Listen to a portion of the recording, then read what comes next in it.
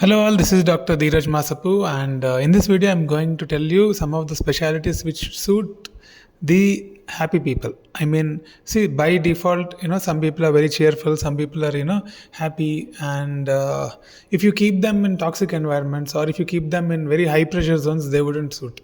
So, why I'm doing this video is, see, genetically what happens is there are some people who are a little cheerful and happy, and they want the life to be cool. So they would want to spend more time with the family. They want more predictable routines. They don't want too much of stress in their lives. So for such kind of people, if you are such kind of a person, it's very much possible now. Okay, and for such kind of people, you can't enter every specialty and expect that it will be like that. So when you're choosing, only if you choose a specialty which is cool, which I'm going to tell you now, it will be better. Okay, so for the sake of this video, I divided the specialties into two buckets. One is called cool bucket, where you can have a happy and balanced life, and there is a hard bucket where you'll thrive under pressure. So even many people actually suit that bucket also. So predominantly, it is more of your mindset and a little bit of genetic, makeup also is there. So that's about the background of this particular video. And how am I going to define this cool bucket? I'm going to tell you. Cool bucket by default, what I mean is you have a supporting team which want you to grow, and second thing is you have fewer night calls, and number three is work-life balance. Number four is mental peace. So these are the things you're going to get in the cool bucket. Okay, the other bucket, it's a I don't call it a toxic bucket, but what I call it is a kind of more a commitment is required, more dedication is required, and more sacrifices are required in this particular bucket. There are so many people are ready for that. For this, so the hard bucket is for such kind of people. So got it right. So we classified the buckets now. Now let us enter into the each individual sections. So there is a small disclaimer here. So after listening to this particular video and after taking the cool bucket, despite of that, if your life is horrible, if your life is toxic, then see that largely also depends upon who is heading your department. For example, I might tell radiology is cool, but if the head of radiology in that particular hospital is a toxic fellow, then your life will be horrible again. So that is only disclaimer. So by default, that specialty doesn't require that level of sacrifices and all that, but still some people make it tougher. So that is the only disclaimer for this video. So if your head is good, that particular department will keep you cool. But the toxic bucket, even though the head is good, but there is no other way. Everyone needs to put in that kind of an effort and that kind of sacrifice to actually run the show. So that is what I'm trying to tell you. So there can be toxicity in any bucket, but that is largely dependent upon who is actually the boss of that particular department. But by default, that some specialties will extract more from your life. That is what I'm trying to tell. Hope you understood the essence of the particular thing I'm going to tell. Okay, so all these videos I'm doing to help you choose wisely. Okay, so let's go into the hard bucket first, and then we'll come to the cool bucket. See, the hard bucket is mainly the specialities where it is for someone who enjoys that adrenaline rush, or that kind of like people should be watching them, and then the prestige component. They want to excel, want to buy some. So many dreams would be there for such kind of people, but they. In the process, they would be sacrificing so many things that they will not realize at that point of time. When they get older, they will realize. Okay, fine.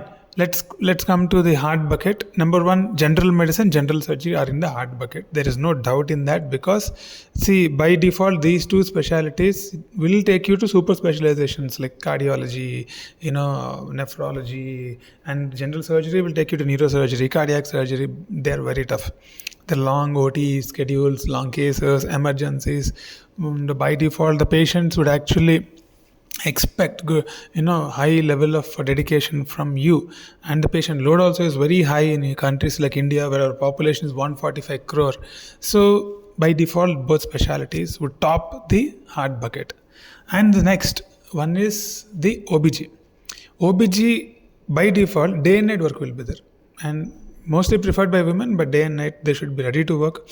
And I have seen many OBG people who getting burnt out and working all the time, and then they actually earn a lot of money, but the thing is they have very less time to spend with their children. They have very less time to actually spend with their families and all that. So if you want to be successful, if you even if you don't want to be successful also, you will end up actually dedicating significant amount of your time and energy into career only.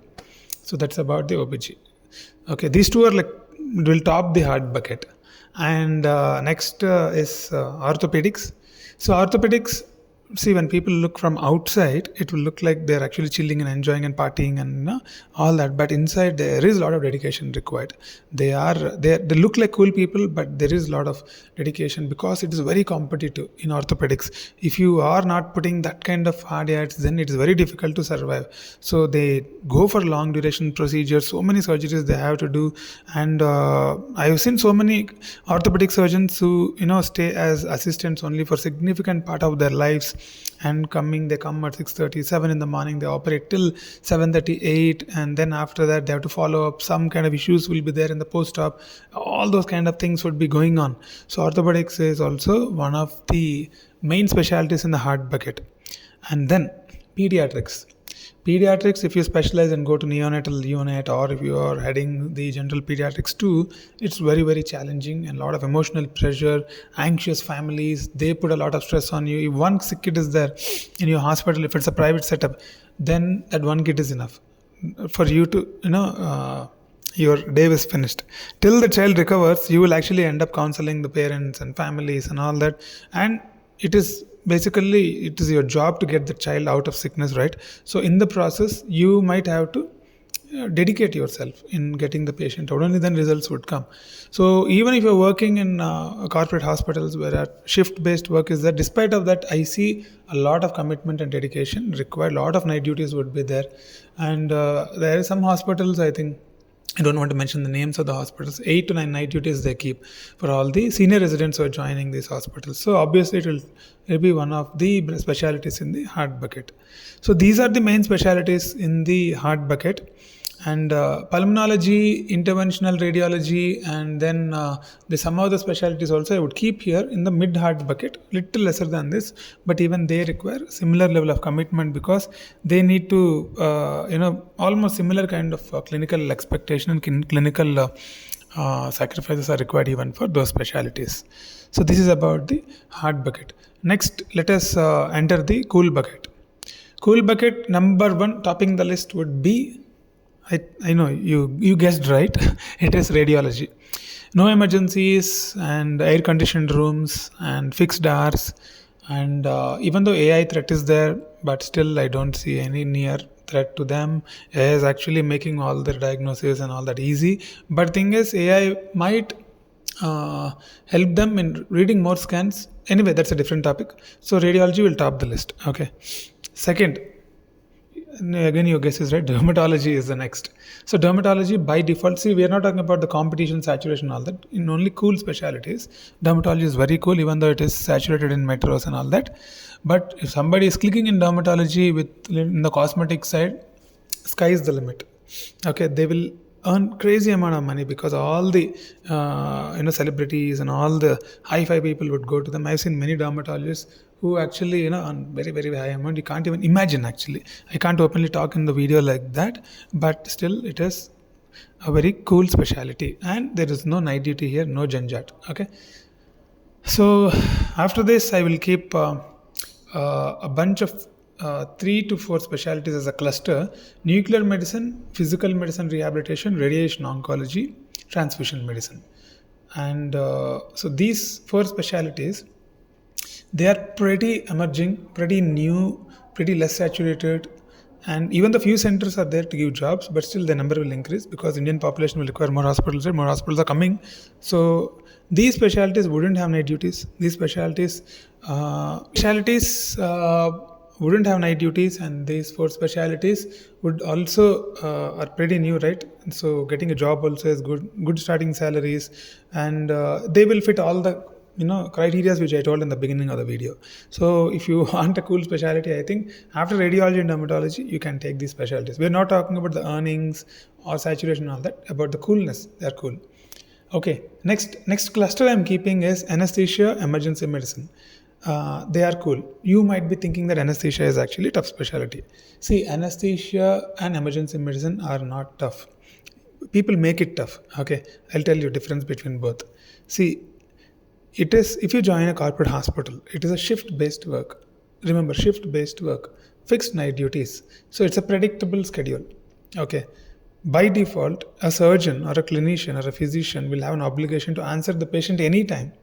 They can actually call the surgeon, call the physician, and ask them what happened to our patient. They can actually barge in any time, and I've seen many surgeons come in the night and talk to the patient because they admitted them and all that. Anesthesiology and emergency medicine will not have that. The action will be there when they're working for that 8.5 hours. After you finish your shift, you are no way concerned with the department. So who make it tough is the people who freelance for more money. For an extra few lakhs that they make, they sacrifice everything in their life, which is not required, I think so. Because over a period of time, amount of money you make largely depends upon how you invest, how you actually save. There's so many other videos I have done in the past. You can check out those videos where I spoke about investment, how to save and all that. Those are more important than working significant extra hours to earn few lakhs and spend them off. That doesn't make sense. Rather than that, what I feel is you need to actually save more. It's a different topic. So anesthesia and emergency also I keep in the cool bucket. Okay, they're not cool when you're working. They actually create little tension to you, but still it's a fixed shift based work, so they're meeting the criteria which I have taken in this. Okay, next cluster of school specialties I am going to talk is the pre and paraclinical specialties like pathology, microbiology, biochem, pharma, community, and then this cluster by default they're cool. And you have a fixed schedule, you get jobs, even you enter from pharma to pharma vigilance or pharma industry, or after microbiology, even if you enter infectious diseases DM, and after biochem if you enter medical genetics or something, it is not going to be hectic. You'll have a pretty predictable schedule would be there. So you can aram se think that these specialties are pretty cool and good for happy doctors. And the next cluster I would like to keep is ENT and ophthalmology. So ENT and ophthalmology I have seen in many hospitals. Usually the departments are cool, they're small, cool, they're happy. And we're not talking about saturation and competition. In that way, they score very less. But still, in coolness aspect, they're pretty fine. I don't have very, very good opinion about people taking these two specialties because there are so many good options now. Okay. Previously, I used to, 10 years back, if you ask me, there are very good specialties. Even now you can struggle there and succeed, but thing is like so many other good specialties are there, you can give preference to them. But by default, if you love these two specialties, please enter. Okay, you can excel even in them, but please go to tier 2 or tier 3. In tier 1 it will be very difficult. So community medicine also is a cool specialty. So I think significantly we have covered the cool specialties. So these are the specialties I feel you should take if you are more of a cheerful and happy guy. You want life along with work. Okay, this is what I feel. This is my personal opinion after looking at many of my friends, seniors, juniors, colleagues and all that. Okay, but if you are under a wrong leader, then your life is screwed, even in the cool specialty that already I spoke about that. So you choose whether you want to enter a cool bucket or a hard bucket. That is your wish. Whatever you choose, that is your headache. Anyway, if you want to talk to me one-on-one, there is a link in the description for my mentoring, and I'll give priority to people who are going for counseling, and then I will make sure that I talk to you before other people, so that it will help you before your counseling. Okay, so thank you guys. Thank you for following the video till here, and see you in the next video. Thank you very much.